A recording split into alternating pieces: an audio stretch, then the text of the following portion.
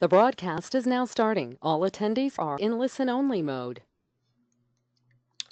Good afternoon, everyone, or perhaps late morning if you're on the West Coast. Wanted to welcome you to today's webinar presentation titled How to Create a Formalized Data Strategy in 5 Steps, Why Your Nonprofit Needs One, and How to Get There.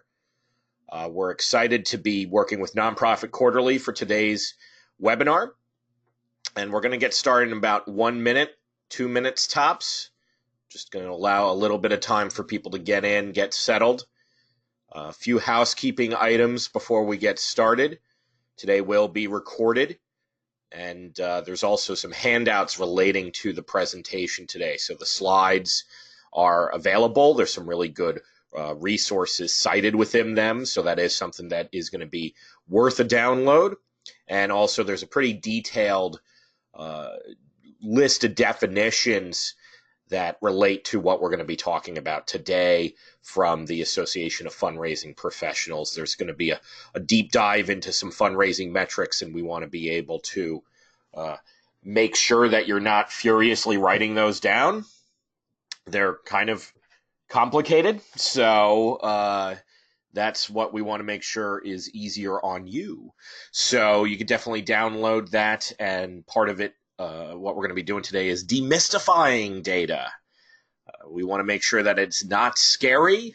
It can seem scary in many cases, and so when we create a formalized data strategy, it helps to break down those silos and barriers, both mentally and from an actual organizational standpoint. So we also do have some staff from our team following along today. So if you have any questions, definitely we'll be checking that out.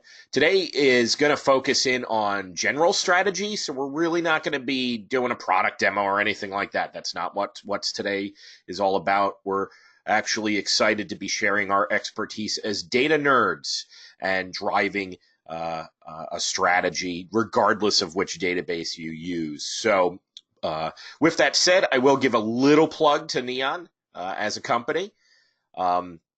First and foremost, let's dive into our agenda. Before doing that, today what we're going to be doing is drilling down specifically into a few key topics. The importance of data in a nonprofit mission. Why does it matter? We hear about data all the time. Why is this something that we should care about? And why do we need to formalize our approach when it comes to data? Formalizing this is extremely important, and then developing a 5-step plan to actually get your data strategy in place. Now, my name is Tim Sarantonio. I'm Director of Business Development for Neon CRM. I have over 13 years of experience working for nonprofits. I've raised several $1 million. I've used a lot of different databases besides Neon, Razor's Edge, Salesforce, Little Green Light, Access. I've been in eTapestry and a bunch of other databases, so I know them pretty well, which is why I feel that what we're going to talk about today is going to apply no matter what database you use, and you might not even have a database. Or maybe you have something that you've been using for a long time and you're wondering whether you should change it. This is something that's going to help identify strategies to make your data effective no matter what. Now, the reason that we're excited about this topic is that Neon CRM is a database company. We're a software company that's focused on nonprofit technology. We love to make good happen, and we do that through not just a core donor database, member database, communications platform, but we also provide not only websites, professional services, but also a larger ecosystem of partners to address any need that a nonprofit has. So I'm excited to share our passion for data, our passion for making change with you today. And one of the ways that we do that is by looking beyond ourselves. That's the whole point about nonprofits, right? We're giving to things beyond who we are as individuals. And a really key component of our mission is understanding the data that should matter to a nonprofit. And one of the best partners we have is the Fundraising Effectiveness Project. Now, you might not have heard of them. So my My job here today, first and foremost, is to get you to pay attention to the Fundraising Effectiveness Project, because it is a outgrowth of the Association of Fundraising Professionals and the Center on Nonprofits and Philanthropy at the Urban Institute. And they established this, well over a dozen years ago, to conduct research on fundraising effectiveness and help nonprofit organizations increase their fundraising results at a faster pace. Now, we are proud to directly contribute to this research as part of their Donor Software Advisory Committee, and many of the underlying theories in this presentation come from these collective efforts. So this is why I'm confident that the things we're going to review today are going to help you no matter what you are using for your data management, even if it is on paper, which is something that I still know nonprofits do. So let's start. What's at stake? Why managing data really matters? Let's start there. So first and foremost, your data and your mission are very intertwined. You can't actually solicit who you can't reach. So without ongoing data hygiene, your campaigns are going to suffer. For instance, 11% of Americans change their address each year, commonly known as NCOA, or the National Change of Address. This is a service that many companies provide that will allow you to understand if somebody moved. You know, if you've moved, maybe you sent off a postcard or filled out a form for the U.S. Postal Service. That's what this is. So it actually can help you update that. So if you do a direct mail, which still represents upwards of 80% of organizational revenue in many cases, this means that you're not going to get a lot of things returned. You also can't message what you don't know. Really targeting people on a one-to-one level increases the response rates up to 50% or more, which requires ongoing data planning and capture. Now, we're citing some really great online giving statistics here too. So this is in the slides. Please download the slides. They're very, very cool when it comes to citing lots of data, because we love it. We love doing that. And most importantly, you can't measure what you can't connect. Average nonprofits store constituent data in more than 5 siloed sources. So this limits your ability to actually measure and improve. Honestly, I can't tell you how many times when I was working for my last nonprofit where perhaps the director of development might say, well, in my gut, I think this is what we should do. And the reality is you got to turn to the data to inform your decisions. You don't have to solely remove emotion or intuition, but data really helps, especially when there's a lot of money on the line, when your marketing team's trying to figure out how much they should be spending on postage or buying Facebook ads or what have you. However you do your appeals, you're going to want data to help back that. And a lot of nonprofits are unfortunately managing multiple data sources. I was talking to an organization yesterday that they have a very expensive fundraising solution. They have an email platform. They have an advocacy platform. They have a store. And none of these things talk to each other. And so that really hinders their capability to understand their members, their donors, their volunteers. And I imagine many of you are in the same boat. And so by addressing this is something that can help really put fuel to the fire for your mission. And so we got to talk about why a formalized data strategy is important, especially when it comes to buy-in, the investment, and the process. I actually am a firm believer that the vast majority of organizations don't necessarily have a database problem. They have a process problem. A lot of databases are doing good things when it comes to the basics, but many nonprofits even struggle with that because they haven't thought about the processes to properly implement those. So let's start with that. And really it comes down to relationships. By forming deep relationships, we get access to deep data. And one of my favorite folks over at the Fundraising Effectiveness Project, over at the Growth and Giving Initiative, is Eric Dobert. He's a brilliant guy. He does a lot of great work, and he says an intentional donor retention and stewardship plan can keep donors coming back and even giving more from year to year one year to the next. A well-designed strategy can retain and grow your major donors while investing in the current and future value of smaller donors.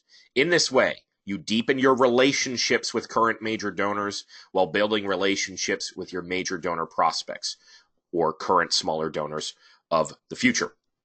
And that's an important point because ultimately, I think that a good strategy when it comes to segmentation is to concentrate on making people donate more than once to your organization, hence increasing what is called retention, and then increasing their average gift to get them into the major donor camp. It's that simple. It's that simple. I ran an annual fund for several years, and that's what we concentrated on. Recurring donors, get them to give again. Those people, ideally then given larger amounts, then you're good. It's that simple. And so to do this, though, you need a strategy. So there's a few things that we suggest. First, you got to agree on objectives and key performance indicators, otherwise known as KPIs, of desired constituent segmentation and personalization objectives. So what are you going to do? What do you care about? Now, I'm going to give you some KPIs that you should zero in on. There's a bunch of them that the Fundraising Effectiveness Project has put together. I'm going to present a bunch of the main ones and then pull out a few that I think are the most important to start with, especially if you're just starting this process. And then you also need to make sure that you have personalization objectives. And that means that you're collecting data that is going to help you talk to people as people. And so that's a good start. Now, you also need to merge these data sources to get a single constituent organizational source of truth. Really what that means is you need one database of record. Even if you're using another platform, something like Constant Contact, you got to make sure that when you're looking at your databases, if that database of record does not have an open ecosystem to connect other databases into it, then you probably should consider something else or another strategy, because unless you can connect things, it's going to make having a database of record very, very difficult. And database of record simply means that when your primary team, the primary drivers of development and marketing look at a person or an organization to understand who they are, that you have the full understanding of that person. And that's going to be difficult if you're using multiple data sources. You should also set up automated reports and dashboards to measure these performances against the goals and benchmarks every single day. Now, a lot of databases are going to do this for you, but you should be able to personalize this to things that matter to you. I remember the first time logging into Razor's Edge and had just learned that you can create a 3D graph with my charts in that platform. And this is like 8 years ago. But still, it was very exciting that I can have a pie chart that was 3D modeled. And then I realized that didn't matter. It was flashy to me that I can make it look like something that I wanted to, but I needed the proper data. And at the end of the day, you need to have things that work for your needs, not necessarily what is kind of out of the box. So being able to make that work for you and then benchmark that against either your industry or at least previous successes within your organization is something that will help give you guidance. And then you should start mining this data for insights to test, learn, and refine campaigns and initiatives on an ongoing basis. If you actually want to check out a really great consulting firm that has perfected this to an art form, check out nextafter.com. They really, really go deep when it comes to refinement. And so they're going to give you some really good resources for that.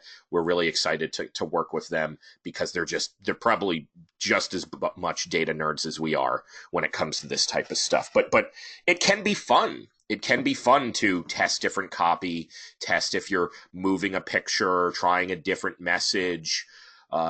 Keep it fresh, because also, and this part I want to stress, this insights to test, learn, and refine. This is where data starts to get fun, in my opinion, because it's almost like trying to solve a puzzle. And if you can do that, by finding something that works for your constituents because you've personalized it in a new way that you haven't tried before, you're going to be thrilled and you're going to get excited and you're going to go back and try it again. And so that's the thing that really comes into play there, is that ultimately people get burned out when it comes to struggling with growing their missions. And one of the ways that you can cut burnout down is by keeping it fun, keeping it exciting, and data can actually empower you with that.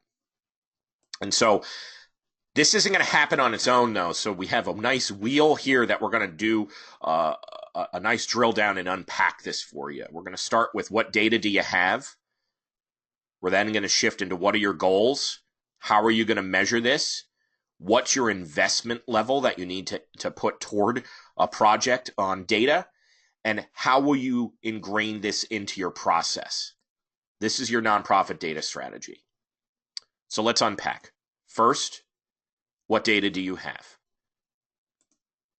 So this is a good data audit. I love doing this at my last job, where I actually just took out this basic approach here and started to organize what I had. Now, it was a Catholic school in Chicago, and there were data sources that may not immediately affect your mission, but you should think about them. Because even if ultimately you go, that doesn't really affect my day-to-day, you should at least consider them. Concrete example, when I was working through, some people would have spreadsheets, otherwise known as shadow databases. Purge the spreadsheets that are independently managed other than your CRM. That's something that we really should identify first. Registration forms, reports, things of that nature that are going to be most accessible to you. These are things that you also have the most control over. You can change a form on your website.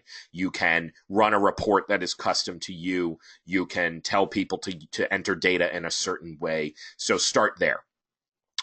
This also goes cross-departmental. So these are things that might either be internal or external when it comes to your organization. So partnership data, chapter data, shared mailing lists. These are things that might be coming from perhaps you are a homeless shelter that works in multiple counties and you want to collect data from individual shelters. And so that might be something that you're trying to formalize when you're bringing this in, because a lot of what we're talking about soon is going to be very fundraising focused, but this can apply to program management as well. That's especially for executive directors on the call. You're thinking about not just the fundraising, but also the program data, because you need to be accountable for how you're utilizing your services, how you're spending your money, how your staff is spending its time. And so having a data strategy that is holistic is going to help with that. There is also third-party data sources, things like acquisition lists. Maybe you put out a fun thing on Facebook and ask people to sign up to join a contest or something like that. And that's like new people that are joining your newsletter, new people that are interested in your services, volunteering, or maybe ideally donating and then turning into the first-party data. Those are things that we need to consider. National change of address, I talked about that before. Again, when 11% of Americans are moving, those are things that you need to consider for at least before doing a major mailing. Scrub that list through an NCOA. If you're using a mailing house, they should actually be doing this as part of their services. Check with them. Appended data sources are going to be things like wealth screening. So prospect research. So this is understanding a person's giving capacity through a service like donor search.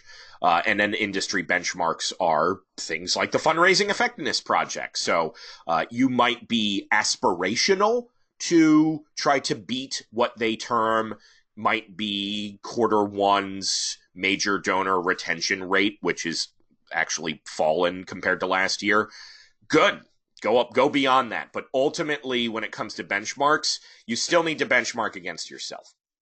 We'll get into that, but this is probably the least glamorous part of the process, but the most critical.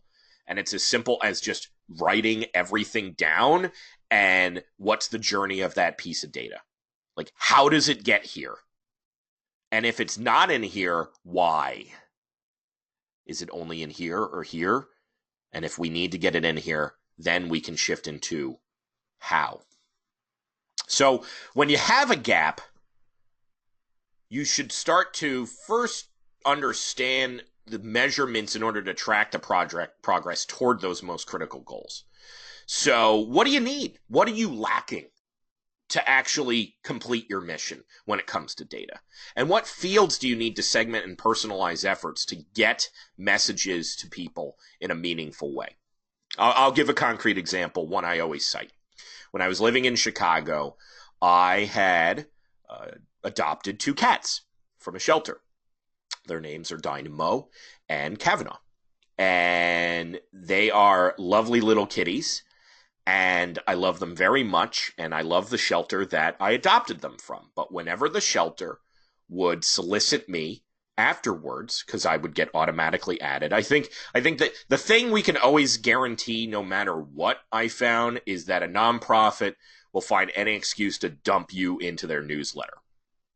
No matter the size, I found that the smallest nonprofit, I will, email them and ask a personal question, and I will get onto their newsletter no matter what. And so whenever I would receive an appeal, it would never reference the fact that I had adopted. Ever. Ever, ever, ever. And so that's frustrating. That's frustrating to a donor. And so think about your mission and what are the data points that you may be tracking now or want to track that can help a mission-focused data approach. And then start to figure out how to fill that gap. So step 2 is actually then organizing the goals. So first you got to understand where everything lays out. You've unpacked everything. It's all out in the open. What do we do with that? So first, we're going to zero in on fundraising KPIs. And so this is where, while, definitely a lot of the elements we can talk about today can apply to program data, we're going to zero in on fundraising specifically. So revenue generation and key performance indicators are a really good start for executives on down to get everybody bought into what we are doing. And so this is a nice little exercise that kind of shows what it actually means in practice. So in this case, to achieve $10,000 in donations, that is our goal from this fundraising campaign. Maybe it's Giving Tuesday. Maybe it's end of the year. Maybe it's your entire appeal for the year as opposed to just a quarter. It doesn't matter. What's your realistic goal? We need to achieve an average gift. That is called a KPI. We will get into that in a little bit. Of $50 from 200 donors this year. So really, whenever there's a number, that's a benchmark. And when there's a descriptor, that's a KPI. And then there's a definitive number that matters, that's a goal. That's it. That's it. That's simple. Now, why do KPIs and benchmarks matter? Well, first, it gives you and key stakeholders focus in a sea of data. There's a lot. There's a lot of data that nonprofits are being thrown at. You log into Facebook, you log into the dashboard there, and it's going to show you all the different likes and unlikes and all this stuff. Does that matter, though? Do you really care? I get asked about Facebook a lot. Unless a like directly leads to a donation, I don't think you should care. And so KPIs help us give clarity to the types of data we should care about. It also tells you what success looks like when you lack that historical data. So even though you might not have the full picture, you can start to work toward it and then build and fill that out. And then this also enables fundraising strategic planning with realistic goals and fewer surprises. And so it was actually interesting. A 2012 study in the Harvard Business called the Evolution of Decision Making, How Leading Organizations Are Adopting a Data-Driven Culture, found that more than half the respondents agreed or were indifferent, at least, about the statement, "My manager relies more on judgment and gut feel than data to make decisions." Does that feel or sound familiar? That same report, more than 3/4 of the respondents also said that analytics, when they receive them, when they use them, and when they implement them, increased productivity, reduced costs, and allowed faster decision making, with 70% of people saying the outcome was improved financial performance. And especially given that one of the largest sets of donors today, which is the baby boomers, put financial accountability as one of the top reasons that they give to a nonprofit, this is important. This is important. So, what are the fundraising effectiveness projects KPIs? This is the industry benchmark when it comes to this. Now, I'm going to quickly go over these instead of kind of doing a deep dive on these. This is just a high level, but I've included a handout that has a definition for every single one of these. I'll still be giving a very quick definition, but wanted to ensure that you had a resource to reference. So the first, actually pop it on back. The first is average annual giving per donor. And that's simply the total dollars received in 1 year divided by the total number of donors who gave that year. So that's just kind of how you did in general. So that's the annual giving per donor. So, if you have something that's, 5,000 or above, that means you got a lot of people who are giving a lot of money. But if you have something that's maybe a few $100, like under 250, even if you got a lot of money in, it might be from a lot of people who are giving small gifts. So that's how that translates. The next is the average gift. That's a pretty easy one. That's just the total dollars received divided by the total number of gifts received. That's an average. It might not tell the whole story, but it's an important one to think about when it comes to benchmarking. One of the most talked about and important ones is donor retention rate. That's the number of donors who gave last year and gave again this year divided by the total number of donors last year. That means that they came back. That's really all that means. This is one of the most discussed metrics.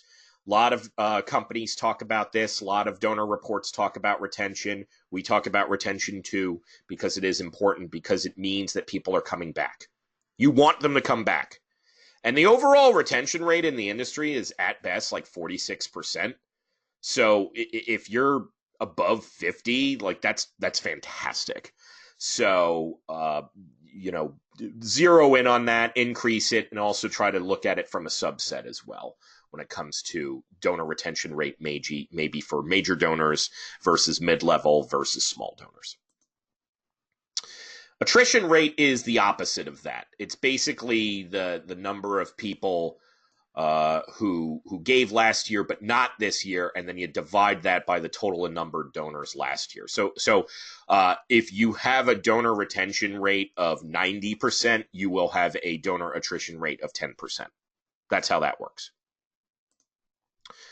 Donor participation rate is the total number of donors in a year divided by the total numbers donors in your database of record at the end of that year. So basically, if you have 1,000 people and 950 of them donate, you have a participation rate of 95%. So this is just your effectiveness in using the data within your database. This is a fun one, but it doesn't tell the whole story. Donor reactivation rate means that the number of donors who gave this year and 2 years ago, but not last year. And then you divide that by the number of donors who gave 2 years ago, but not last year. So basically, it's similar to retention rate, but a little bit longer in its view.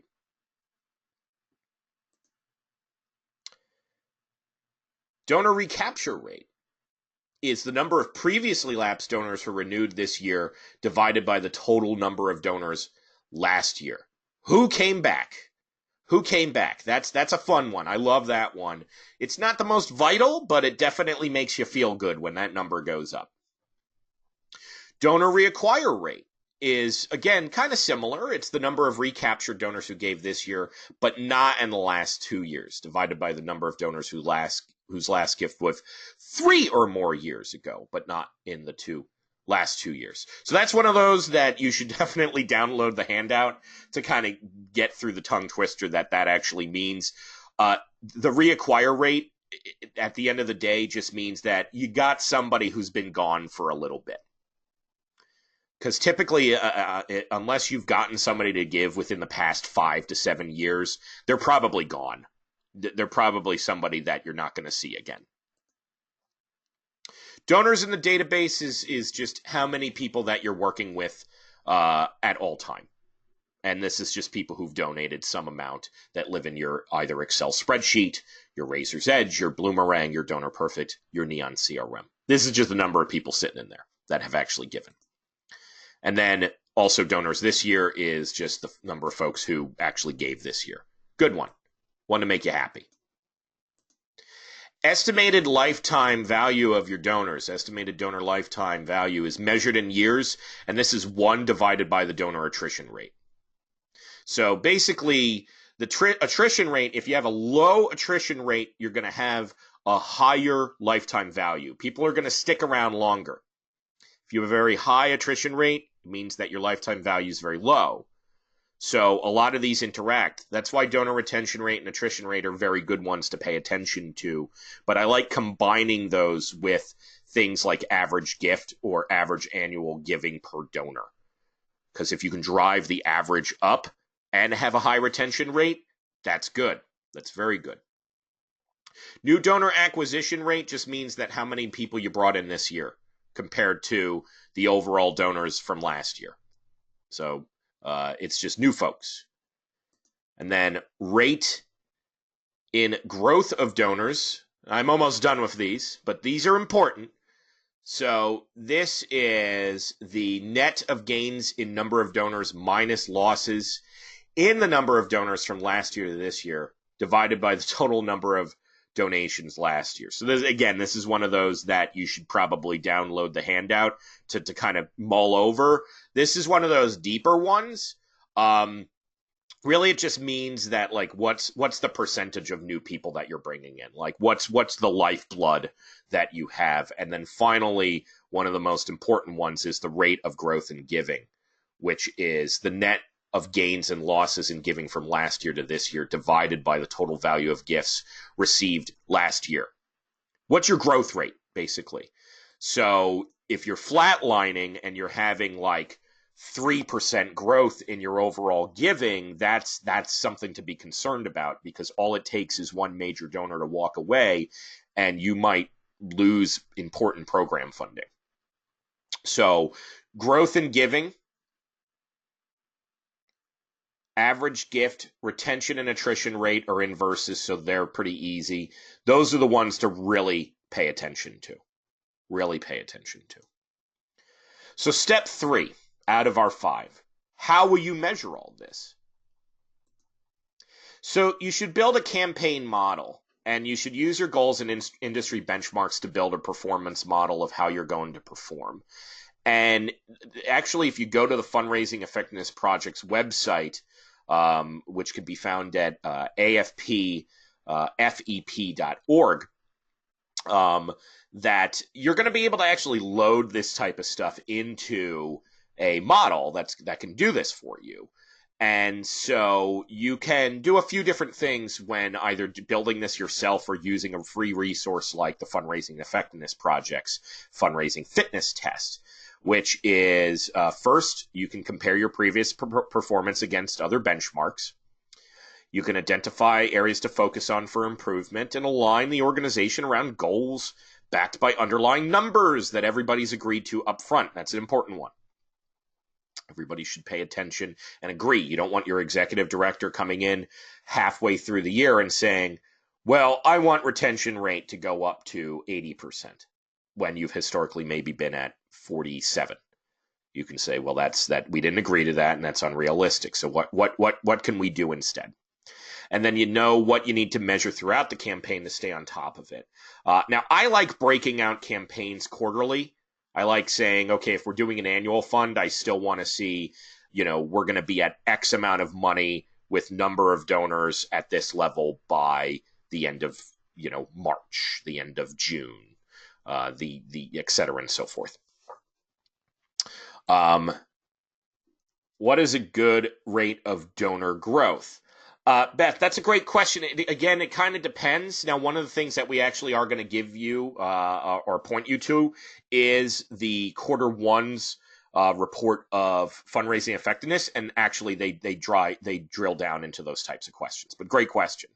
Donor growth, though, I mean, I think it's good to aim for at the very minimum, aim for at least 5% growth. I think that makes everybody okay. Like 2, 1, 3, anything under 5 is a little worrisome, and even 5 is like that's where you start. But don't be unrealistic. Like, don't go, I want 50% growth year over year. That's probably not going to happen, especially when 80,000 nonprofits are added every year. It's just there's more organizations looking for money. And so it's very important to be able to be realistic about this, but still excited about it. It's still excited, getting that big check, getting that grant that you're working hard on. Like that's what translates into this work. That's important to acknowledge that there's a human like work that we are working over the weekends, that we are working, well past we're comfortable and our families are comfortable, and we put a lot of effort into this. And that's why I like being able to use data to help kind of suppress a little bit of the unrealistic expectations that sometimes board of directors have when it comes to this. They might be coming from the for-profit realm, and realistically, we are different. We are different, and that's why we have our own set of metrics too. So things like reports and dashboards, you should also be able to ideally visualize this. This is an example of what's built within Neon CRM, for instance. Again, a lot of databases have this type of stuff. We're one of the only that have put all these metrics into our platform, but you should be able to get at least a few no matter what you're using. If you don't, there's always the fundraising report card. That's a free resource for visualization. And then also you can check out the fundraising effectiveness project as well for at least getting reports. And being able to visualize this stuff concretely makes you think about it every day. You could see positive and negative changes and then go, oh, we got to do something. And you also, by giving people access, it kind of covers you. If we're going to be realistic, you can go, look, we had that data available. Don't hide the data. There's no reason to hide the data. If you hide the data from people, you can't fix it. Just don't hide it. So what is the level of investment needed for a program like this? Here's a little matrix chart, that decision matrix that we put together that feel free to download, print it out, and start using it. Some really good questions for you or your board or both is first, do and can our data systems talk to each other to enable our desired key performance indicator reporting? And, how close are you to getting there? Does it do it already?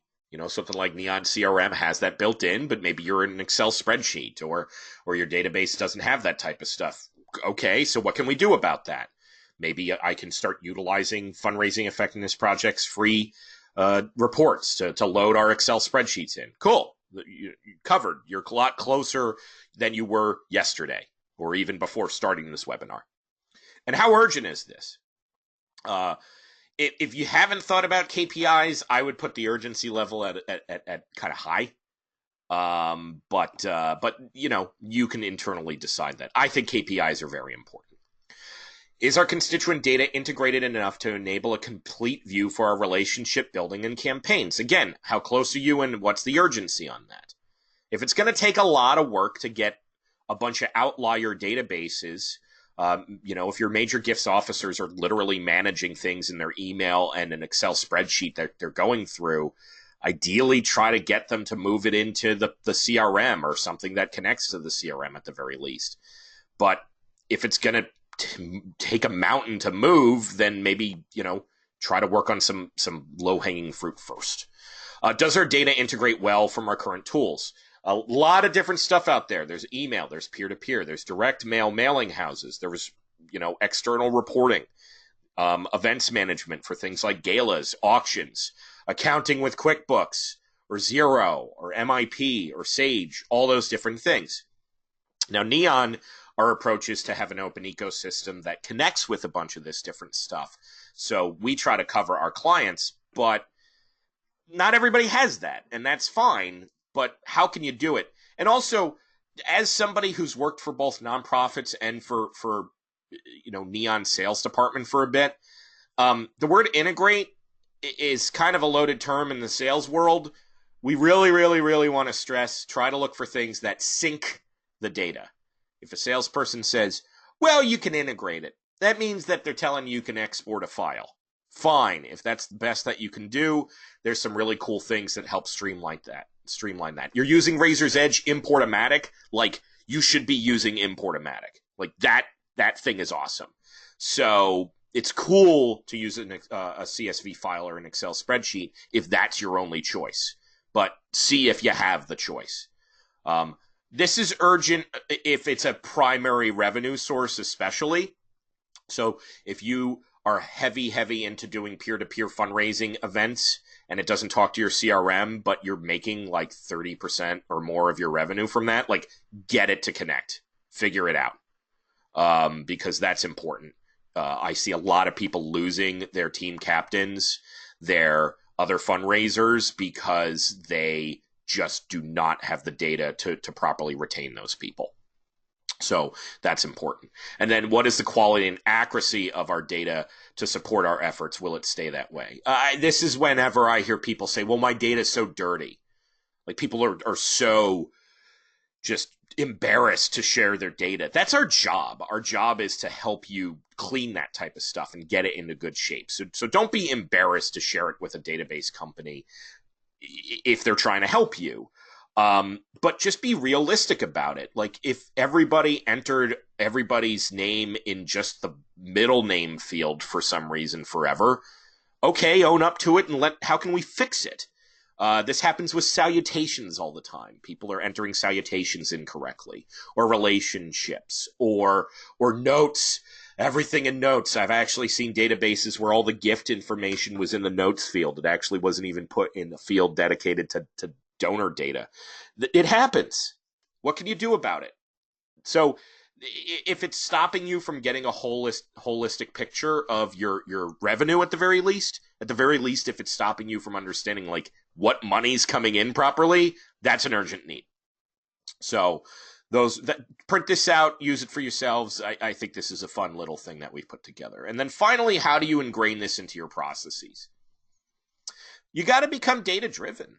Ideally, you should be scheduling performance reviews by somebody who is put in charge of this process. It really helps to have somebody put in charge. When I was working at my last job and initiated this process, I said, look, all of you were doing so many other things.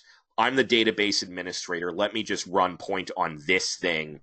I would print out actual lists of constituent codes in Razor's Edge, and it would list like, here's how all the codes and here's how many people are tagged in it. And I remember us having just one person in a database of 25,000 people, just one record being tagged firefighter. And I'm like, do we need that code? Like, do we really need this to mess up our reporting and stuff like that? And so it's just have somebody in charge, and they can help run point on understanding who's what's underperforming organizationally. Because again, this isn't necessarily like people stuff. This isn't something that you blame somebody about. It's just data that we need to fix. So things that were entered incorrectly in the past, you just might not have had the tools before. That's fine. No reason to point fingers. Just put a plan together and then get everybody to buy into it and have fun with it. And so if you don't address it, though, what's going to happen? So what's the impact, and how much improvement is needed from now until the end of the quarter, year, or campaign to be able to hit your target? If you are doing a direct mail and all your lists are missing zip codes, that's kind of a big deal. So we need to address that immediately. But if you're doing an email campaign and you only have like out of your database just a list of a few people that have donations, but maybe that's not a big deal if most of your money's not coming from online gifts. So you got to weight these things on their impact realistically of you to perform your job. You should also set time to create hypotheses behind any underperforming KPIs. So something like a donor growth rate. Why do you think it's not growing year to year? Do you think people are just not interested in your mission anymore? Or are you just not targeting the right people? Or is the message off? Are you not speaking to your donors on the mediums that they are engaging? Now, realistically, data is showing generationally that millennials to boomers are actually digesting data from, newspapers to TV to internet at kind of the same consumption levels. So it's kind of a cop out to go, well, we don't do enough Facebook advertising. Just figure out a cohesive strategy and see what you can do different, and just try it, test it, and see how it compares to other things. This is also commonly sometimes called as A/B testing when it comes to trying something at one time with two different approaches, such as like an email that goes out that has one letter and then slightly different letter copy in another. Something like that. So this is really what we can do to address things like retention rate. Like, are we asking people at the right time of the year? That type of stuff. And then brainstorm these changes based off a hypothesis and implement the hypotheses and implement the plans to address. Kind of your classic who, what, where, and when. Who's in charge? So this kind of actually goes both institutionally and outward facing. So who is in charge of getting things together for the plan? And then who are we targeting? What are we putting together and what are we giving people? And where are we targeting these people? Things like that. And then when. And so when could also dictate when are we starting our planning all the way to when are we actually sending something out. So what are the today's key takeaways? First, data integration and quality is mandatory. If you don't have good data, you can't build relationships. And if you don't build relationships, you don't keep your donors. Someone needs to take charge. Processes, people, and technology can help you once you understand your needs. You gotta understand your map before you can start your journey, so to speak. You can just go, and that's fine, and Kerouac it, but it might be better to really understand what you're doing. Success requires an ongoing commitment. You can't just kind of do this 1 year and then give up on it. Benchmarking is vital to do year to year. We saw that with a bunch of like the donor reacquire rate, for instance. We're looking at 3 years of data to understand that story. And this is not scary. It's necessary to do, though. So it's a lot. So I'm going to open up for any questions today. That's the presentation officially. I'm going to get to the where to find that report that will help give some good benchmark data for people to aim for. I know that was one question, but anything today that I can help answer for you.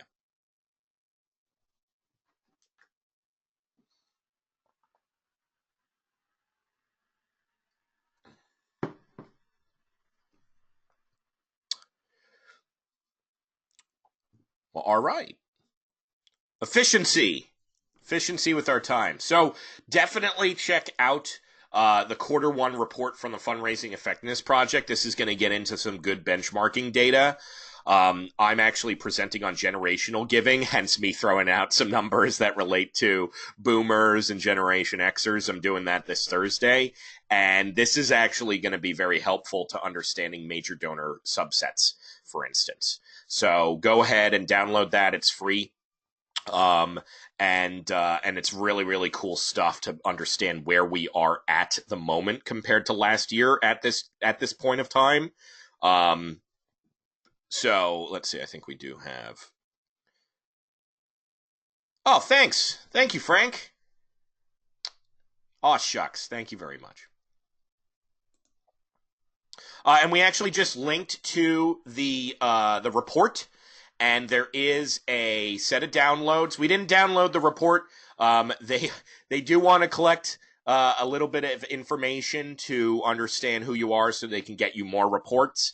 In all honesty, that's it. It's an academic thing. Realistically, it's not being really used for marketing stuff. I'm going to be honest. So thank you very much, everyone. This was really fun to do. Uh, Continue doing great work. I know that everybody's trying really hard to do things. Hopefully, you'll take some elements of today and turn it into something beautiful. That's what we're here for. If you're interested in checking out Neon CRM, just check out neoncrm.com. Again, my name's Tim Serantonio, Director of Business Development here at Neon, and I want to wish all of you a absolutely beautiful day. And let's go make good happen.